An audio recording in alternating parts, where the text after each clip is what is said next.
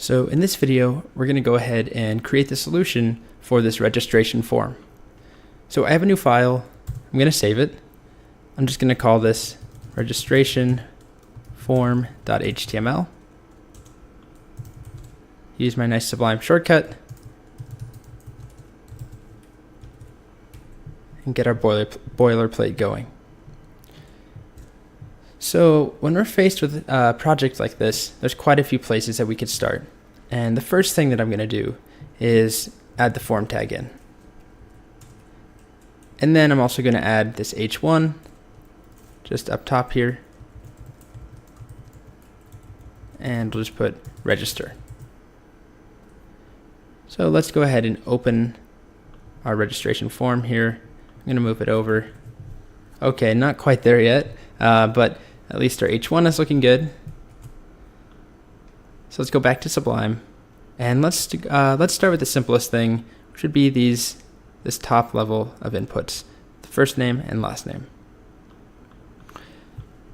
So we'll start with input, and those are type equals text. Oops.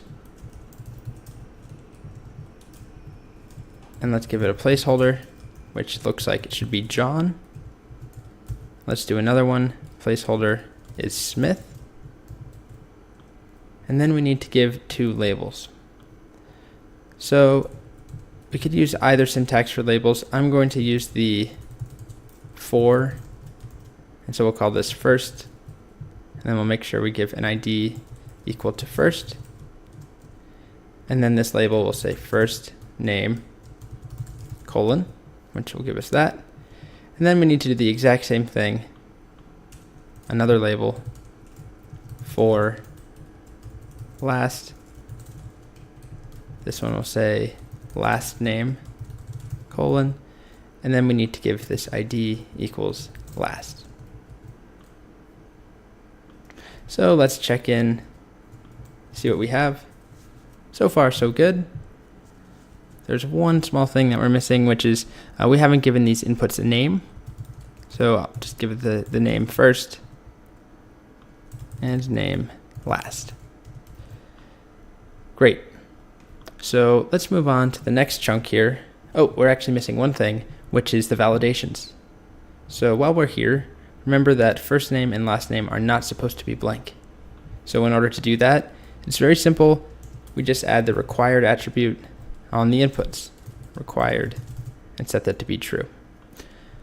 So I'm going to go ahead and expand this just so that we can see a little bit clearer what we're working on. So the next thing, if we consult the form here, is the gender radio button. So we need to have 3 radio buttons. So those are input, type equals radio, 3 of them. And if we take a look at what that gives us, first thing you'll see is that they are in line with the other elements, which is not actually what the form that I gave you is supposed to look like.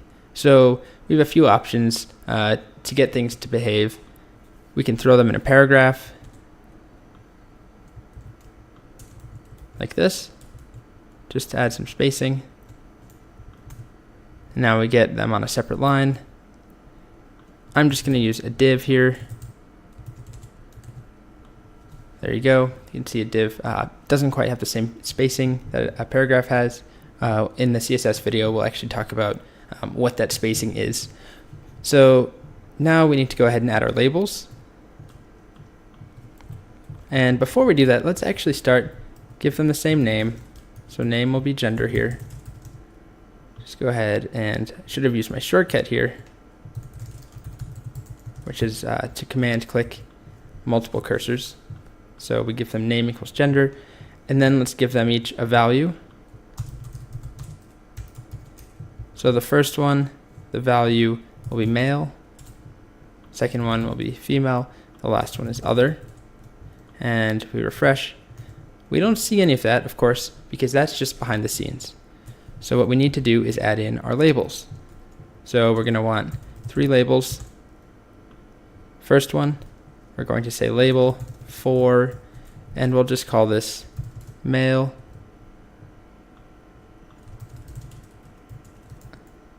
let's see, did we have colons here? No colons, so just male, and then ID equals male. Same thing, another label here. This one will be female, and then we're going to want to say ID, for equals female, and then we want to say ID equals female. So as you can see, building these forms, it gets a little tedious sometimes when you have a bunch of labels and a lot of nested things. You just have to be extra careful that you have everything corresponding correctly. So we want for other, and then we want to do ID equals other. So let's just check in on this, see what we have. All right, that looks great. We can only select one, which is what we want. Next thing we can move on to, let's go ahead and add the submit button at the end, just while we're here. So that's going to be input type equals submit. And let's just make sure our validation works. Yes, it does. Great, in good shape. So next up, we have an email and a password field, and those are on new line as well. So let's go ahead and add another div, and we're going to do an input. And this time it's type equals email. It's not just text. And the placeholder here was your email, which is admittedly not the best placeholder text, but we're going to stick to the image, make sure we follow the assignment. So input, type is email, placeholder is your email, and then we have another one for password. And that gives us the two inputs. Next up, we can either go with name, so we'll just say name is email here. And remember, in case you're confused, that name is purely used behind the scenes to figure out how to send the data. What should we send the data in the request under? What's the name of it? So in this case, whatever we type in this field is going to be called email. So we won't see an impact. Just in case, I do think this is one of the more confusing parts because it's not very visual. So this one, we'll say name is password. And then let's go ahead and add our labels.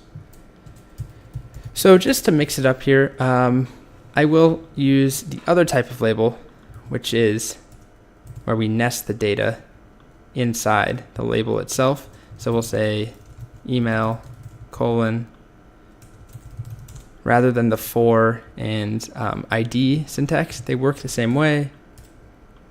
Let's do email and password. Let's be very precise.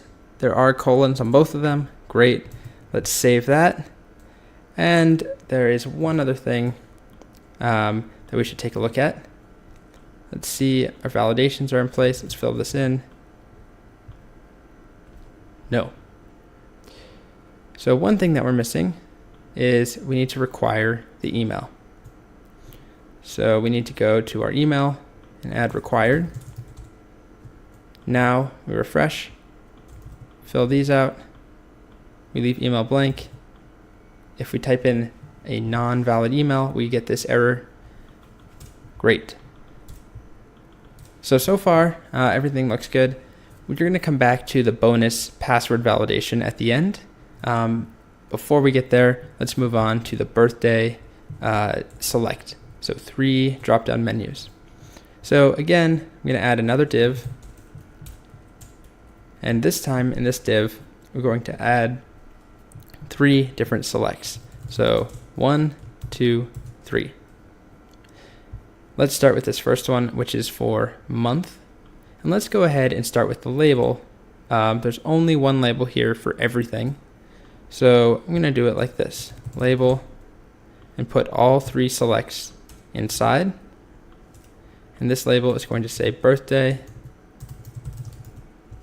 And it's going to look like that.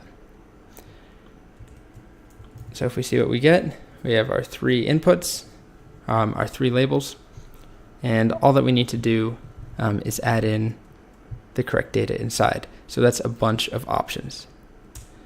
So the first one, let's go ahead and add, I'm just going to do 2 or 3 here. So this will be for months. So we'll do Jan, Feb, and March. The next one, we'll do the same thing, just a few options.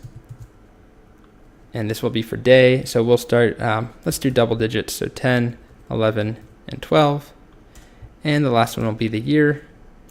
Let's just do 3 again. And let's do 1999, 2000, 2001. Great. And you can see we get our drop down here. There is one small difference though, which is that ours start right away with January and numbers and the year, but the one that I gave you starts off with month, day, and year. So there's a few ways of doing that. The simplest one is just to make the very first option say month, day, and year. And by doing that, HTML, the form just picks the very first option and it decides that's the initial value. So that's the most common way of doing that. So now our form looks pretty good. We just need our final I agree to terms and conditions checkbox. So we can add yet another div here. And let's indent this properly. Our final div inside of this one, we're going to, let's start with a label. This time, let's do for, and this one, let's call it agreed. I agree to the terms and conditions. And then the next thing that we need is our input type equals checkbox. Let's give it ID equals agreed. And name, we'll also go with agreed. And let's see what we get. Looks good to me. So one thing that we also need to add to our select tags is a name. So let's just call this month.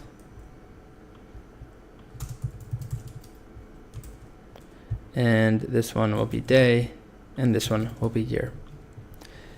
And remember that if we didn't want January and Feb and Mar to be what was actually sent through, if we wanted it to be something different, like a number corresponding, we would put a value here. So for Jan, we might put value 1.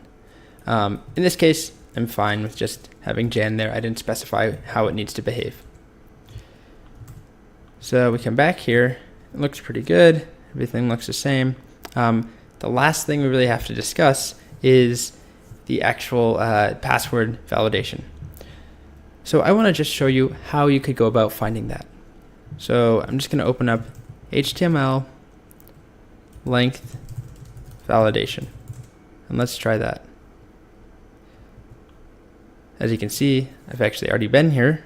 This is something I had to look up recently. And it looks like, so this is Stack Overflow, by the way, if you haven't seen this before. This allows someone to pose a question. Is there any other attribute in HTML with the help of which I can set minimal length of value for fields? And then people provide answers, and the highest voted answers appear first. So this answer says, you can use the pattern attribute. The required attribute is also needed, otherwise an input field with an empty value will be excluded from the constraint validation. Okay? So it looks like this is all we need. So this is an input, and we give it pattern equals, and this weird looking thing, and then required, and then this title. So before we even ask about what this even does and what this 5,10 does, let's just see. So let's go ahead, find our password, and this is a lot of what being a developer is. It's a lot of copying and pasting some things or finding some code and tweaking it. So we need to make this fit what we have, which is an input name is password, type equals password.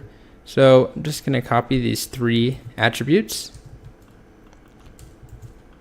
So now we have type is password, pattern is 5,10, required, and title equals 5 to 10 characters. So let's see what that does. Refresh this. Make sure we have everything else filled out. I click submit, and it tells me, please fill out this field, 5 to 10 characters. I type 2 in, type 3 in, type more than 10, it doesn't work. But if I type 5 or 6, it does work. So let's explore a little bit more. Let's start with this one here. Let's change this to be password must be between 5 and 10 characters. And refresh. Make sure we fill out everything else so we can get this error. And I click submit, and you can see I get that message that we set. Password must be between 5 and 10 characters. So that's what this title is doing. It's basically the error message that is being displayed. So then the other new part is this pattern. And this is admittedly a little weird, but using this syntax, we're just defining the length, a range of the length that is acceptable for this input. So if we change this to be 2 to 3,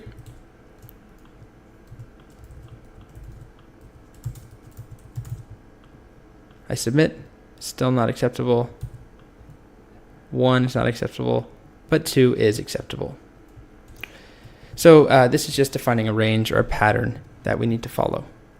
So there is definitely more to this. You can do other things besides a minimum length or a range of lengths, but that's all I needed you to find here. If you weren't unable to find that, don't panic. It's still very early on, but there are going to be more opportunities for you to attempt things like that. So I do have a full solution that I wrote up, which is complete in that it has the full day and year and month inputs. And you can see it's kind of a mess. I did not write this by hand, and I did not expect you to write this by hand either. So we'll see how to actually generate this later on in the class. You could use JavaScript to do it for you, so you don't actually have to write this all. So take a look at the solution if you have any questions.